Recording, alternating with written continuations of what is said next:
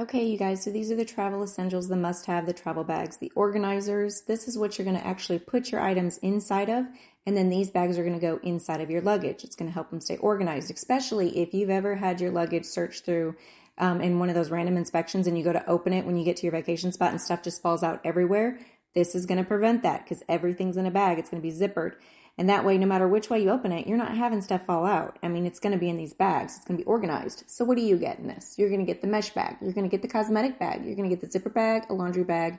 You're going to get an underwear bag and a shoe bag. Now, these are large enough to fit my husband's like 3 pairs of jeans and 6 t-shirts, pajamas, underwear, boxers, his whole shaving kit if he needs it, his deodorant, his toothbrush, you name it. This is perfect for my husband.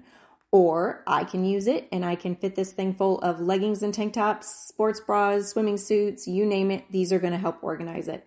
These things are nice quality. They have several different pockets in these little ones here, so you can fit a variety of different things. But they all come in this little case right here. So they're easy to store too when they're not in use.